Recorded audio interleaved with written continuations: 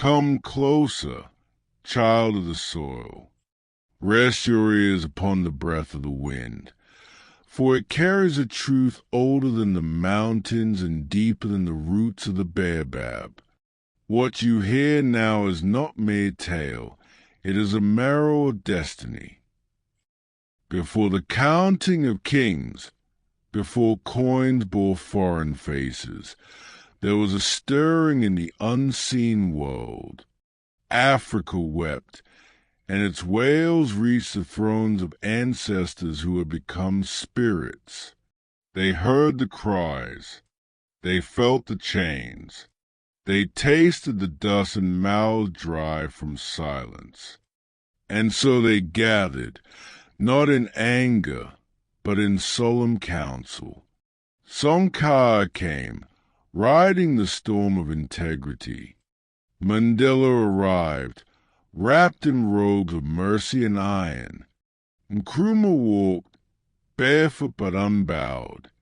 Lumumba bore scars, yet his fists held seeds of vengeance and justice alike.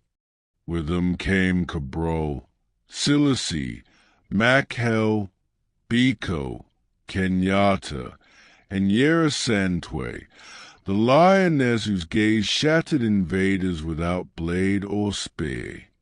Beneath the baobab of origins, whose leaves sing only to the worthy, they spoke softly. No thunder roared, for wisdom is quiet. They spoke of a child, yet unborn, who would bear the essence of all their journeys. A child who would rise when hope thinned like morning mist. They knew their words would fade in scrolls, their statues crumble, and their bones turn to dust. But this child would remember.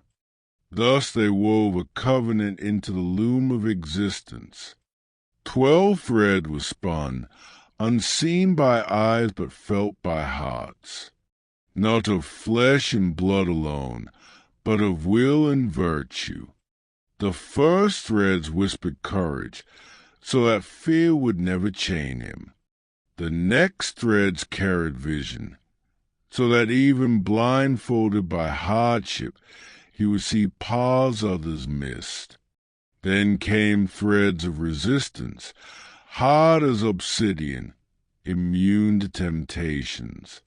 Leadership followed, not for command, but for servitude to his people. Sacrifice intertwined next, ensuring that comfort would never dull his edge. And finally, the hidden threads, carved from forgotten kings and mothers who ruled before maps knew their names, bound all. Seasons danced, and centuries slept.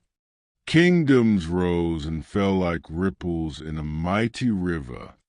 Yet destiny never rushed. One night, in the land called Burkina Faso, beneath stars that remember the pact, a child slipped into the world. He bore the name Ibrahim. His mother sang softly, unaware her lullaby stirred ancient watches. As he grew, nature itself whispered to him. The wind spoke of betrayal. The fire sang of revolution. The earth hummed of unity. The rivers mourned division. Those who ruled far across seas watched him, but could not read him. He confounded their scribes and merchants. They sent gifts, gold that glittered, titles wrapped in velvet. He refused. They sent flatterers with honeyed tongues. He turned away. They sent whispers of chaos. Still he stood. It became clear to them what elders already knew. Ibrahim Traoré was a Sankofa, the sacred bird who flies forward but looks back to draw strength. Each attempt to ensnare him broke upon invisible walls. When spies probed his mind, Mandela's serenity shielded him. When envoys promised kingdoms, Lumumba's scars rejected them. When armies postured, Santue's fierce gaze turned their spears to dust. When propaganda flowed like poisoned rivers, Biko's wisdom turned it into vapor. Sanctions came like drought, yet from Nkrumah's vision, he made unity his wellspring. Assassins crept as shadows, but Samora Machel's spirit guided him through every dusk. His most potent gift, however, was silence. Kenyatta's stillness was his blade. He spoke rarely, but when he did, his words cut deeper than war cries. Those who opposed him could not dance to his rhythm, for he followed no tune but that of eternity. So it came to pass that griots in Mali, traders in Ghana, warriors in Congo, and children in Ethiopia began to murmur. The murmurs became chants. The chant became songs. They sang of the unconquerable sun, the hidden flame, the walker of two worlds. Foreign kings grew uneasy. Their seers and scribes found no weakness, for how does one break a man whose bones are bound by ancestral vows? Traoré became more than man. He became reminder. He became mirror. He became the answer to a question asked long ago by Santue before the first invader stepped ashore.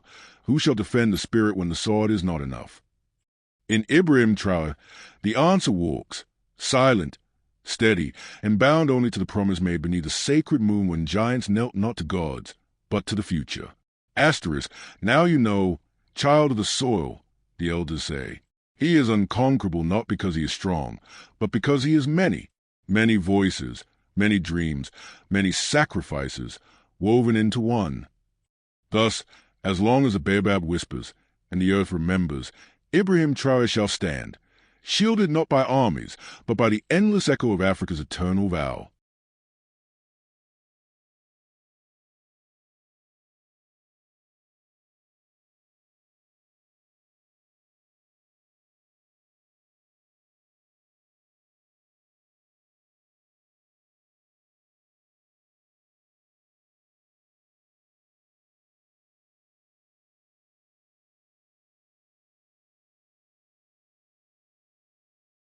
Why are there not more people talking about the rise of Ibrahim Traoré? Let's dive in. Ibrahim Traoré joined the Burkina Faso army in 2010 and quickly rose through the ranks. By 2020, he was a captain, and in 2022, he led a coup against President Roch Marc Kabore. Traoré's anti-imperialist stance and push for a multipolar world have made waves. He nationalized gold mines, rejected IMF and World Bank aid, and doubled military spending. Under his rule, Burkina Faso's GDP saw significant growth. Leading the alliance of Sahel states, Traoré aims to create a common market and renegotiate resource control. But his journey hasn't been smooth. Multiple coup attempts, including one allegedly orchestrated by France, have threatened his government. Controversially, Traoré's regime is considering reinstating the death penalty and has extended junta rule for another 5 years. Despite these challenges, he continues to push for economic growth and stability in Burkina Faso. Stay tuned for more insights into global leaders shaping our world.